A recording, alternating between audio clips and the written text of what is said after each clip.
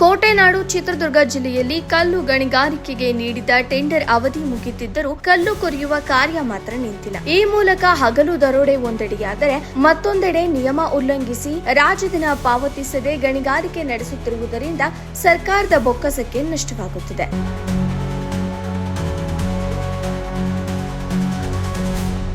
Srirangapatna to Bidar ರಾಷ್ಟ್ರೀಯ ಹೆದ್ದಾರಿ ನಿರ್ಮಾಣಕ್ಕೆ ಗುತ್ತಿಗೆದಾರ ಪಿಎನ್ಸಿ ಕಂಪನಿ 2019 ನವೆಂಬರ್ 20ರಂದು 3 ವರ್ಷಗಳ ಅವಧಿಗೆ ಕಲ್ಲು ಗಣಿಗಾರಿಕೆ ನಡೆಸಲು ಅನುಮತಿ ಪಡೆದು ಸಾಣಿಕೆರೆ ಬಡವನಹಳ್ಳಿ ಕಾವಲು ಪ್ರದೇಶದಲ್ಲಿ ಕಲ್ಲು ಗಣಿಗಾರಿಕೆ ಆರಂಭಿಸಿತ್ತು. ಆದರೆ ಅನುಮತಿ ಪಡೆದಿರುವ ಪ್ರಮಾಣಕ್ಕಿಂತ ಹೆಚ್ಚುವರಿಯಾಗಿ ಉಪ ಖನಿಜ ತೆಗೆದು ಕಾನೂನು ಬಾಹಿರವಾಗಿ ಸಾಗಣೆ ಮಾಡಿ ಸರ್ಕಾರವನ್ನ ವಂಚಿಸಿದೆ.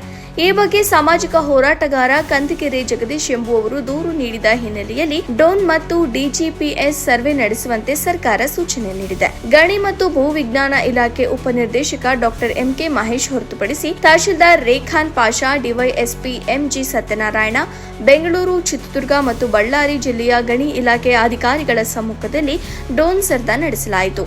ಚಿತ್ರದುರ್ಗ ತಾಲೂಕಿನ 2 ಕಲ್ಲು ಗಣಿಗಳಲ್ಲಿ ಕಾನೂನು ಬಾಹಿರವಾಗಿ ಹೆಚ್ಚುವರಿ ಉಪ ಖನಿಜ ತೆಗೆದಿರುವುದು ಸರ್ವೆ ವೇಳೆ ಪತ್ತೆಯಾಗಿದೆ ಎನ್ನಲಾಗಿದೆ. ಹೀಗಾಗಿ ಜಿಲ್ಲೆಯ ಎಲ್ಲಾ ಕಲ್ಲು ಗಣಿ ಪ್ರದೇಶಗಳಲ್ಲಿ ಸರ್ವೆ ನಡೆಸಿ ಅಕ್ರಮಗಳಿಗೆ ಕಡಿವಾಣ ಹಾಕಬೇಕಿದೆ. ವರದಿ ಸುರೇಶ್ ಬೆಳಗೆರೆ, ಚಳ್ಳಕೆರೆ.